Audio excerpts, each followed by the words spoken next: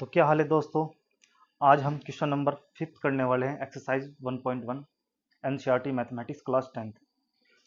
इसमें question number जो 5th है उसमें हमें चेक करके बताना है, check whether 6 power n can end with the digit 0। मतलब ये कभी जब इसकी पावर ये जो n है, n अगर हमारे पास एक नेचुरल नंबर है, for n natural number n, natural number कहाँ से स्टार्ट होते हैं 1 से। अगर 1 रखे 6 की पावर 1 कितना आ जाएगा 6। ठीक है, तो ये कभी उस जब ये इसकी पावर निकल के आएगी, जो उसका आंसर निकल गया उसकी लास्ट की जो डिजिट होगी वो 0 पे एंड होगा नहीं होगा, ये बताना है हमें। और नहीं होगा तो क्यों होगा, क्यों नहीं होगा, और होगा तो कैसे होगा, और क्या होना चाहिए।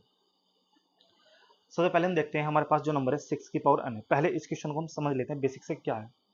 इसने क्या है, ये कह रहा है कि जो n है ये पावर में ये एक नेचुरल नंबर है, हमारे पास नेचुरल नंबर है जिसको हम क्या बोलते हैं, प्राकृत संख्या बोलते हैं। ये प्राकृत संख्या क्या होती है, 1 2 3 4 5 डॉट डॉट डॉट डॉट ऐसे करके चलती है। ये हमारे पास नेचुरल नंबर होती है। अब अगर हम 6 की पावर इनमें से कोई सबसे छोटा नंबर उठाए 6 की पावर 1, तो आंसर कितना आ जाएगा 6 आएगा। 6 की पावर 2 उठाए तो कितना आ जाएगा 36 आ जाएगा। 6 की पावर अगर 3 रखे यहाँ पे पावर में तो कितना आ जाएगा 216। ऐसे 6 की पावर 4 6 की पावर 5 इससे चलता रहेगा। तुम देखो जो लास्ट की डिजिट है वो हमेशा क्या आ रही है, इसमें 6 आ रही है, ये लास्ट डिजिट है ये। ठीक है, जो लास्ट जो एंड डिजिट है वो क्या है 6 है यहाँ पे। लेकिन कह रहा है कि कभी ये 0 आ सकता है, यदि है तो बताओ क्यों, और नहीं है तो बताओ क्यों। इसका जवाब देना हमें। अब देखो कैसे लिखेंगे इसको। अब हम ये लिखेंगे, पहले आपको एक कंसेप्ट पता होना चाहिए कि सपोज करो 10 की पावर n है। अगर हम 10 की पावर 1 रखें तो कितना आ जाएगा 10 आ जाएगा। 10 की पावर 2 रखे कितना आ जाएगा 100 आ जाएगा। 10 की पावर 3 रखे कितना आ जाएगा 1000 आ जाएगा। तुम देखो ये जो 10 है, जब इसकी पावर 1 2 3 रख रहे हैं तब हमें जो नंबर मिला उसकी जो डिजिट है वो एंड डिजिट है वो कितनी है 0 है। तो इसमें तो मिल रहा है क्यों, क्योंकि जो 10 के फैक्टर होते हैं वो 2 इंटू क्या होते हैं 5। जब 2 और 5 मिलते हैं तब जाके हमारे पास एक जीरो का निर्माण होता है, एक जीरो बनती है हमारे पास जब 2 और 5 दोनों मिलते हैं। अदरवाइज तुम 2 के साथ 7 मिलाओ, 3 मिलाओ, 4 मिलाओ, कुछ भी मिलाओ, कभी भी 8 बनेगा, कभी भी जीरो नहीं बनने की। लेकिन 2 के साथ जब 5 मिलेगा या 5 के साथ 2 मिलेगा, जब दोनों प्रेजेंट होंगे तभी जाके जीरो बनेगा। इसका मतलब है इसके फैक्टर में जो 6 इसके फैक्टर क्या है 2 इंटू 3 और उसकी पावर n, तो उसका मतलब है उसके फैक्टर में 2 3 आ रहा है, यहाँ क्या आ रहा है 2 5 होना चाहिए। तो उसका मतलब 5 इसमें प्रेजेंट नहीं है। अब देखो हम क्या लिखेंगे, 6 power n can end with digit 0।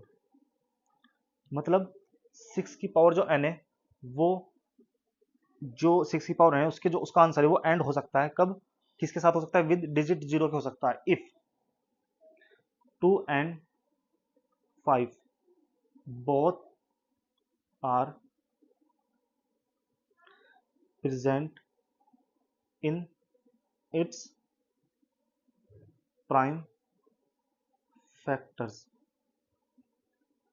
अगर हमारे पास जो ये 2 और 5 है ये दोनों के दोनों बोथ आर प्रेजेंट, दोनों के दोनों प्रेजेंट हो, इट्स प्राइम फैक्टर जो उसके प्राइम फैक्टर है उसमें 2 और 5 दोनों के दोनों प्रेजेंट हो, तो ये क्या हो सकता है एंड हो सकता है। बट लेकिन हम देखते हैं कि जो 6 की पावर n है उसके फैक्टर करो, पावर n यहाँ लगा दो, 6 के फैक्टर क्या होते हैं 2 इंटू 3, 2 की पावर n इंटू 3 की पावर n, ऐसा हो जाएगा। ये पावर दोनों पे लग जाएगी इसमें। अब तुम देख रहे हो इसके जो प्राइम फैक्टर आ रहे हैं वो 2 और 3 आ रहे हैं, लेकिन जो हमारे पास जो डिजिट है वो 0 पे आने के लिए हमारे पास 2 और 5 होने चाहिए। अब हम क्या लिखेंगे, since 5 is not present in the factors of 6 power n। ठीक है, तो जब ये 6 की पावर n में 5 प्रेजेंट नहीं है तो हम लिखेंगे 6 power n can not and with digit 0। तो ये हो गया इसका आंसर।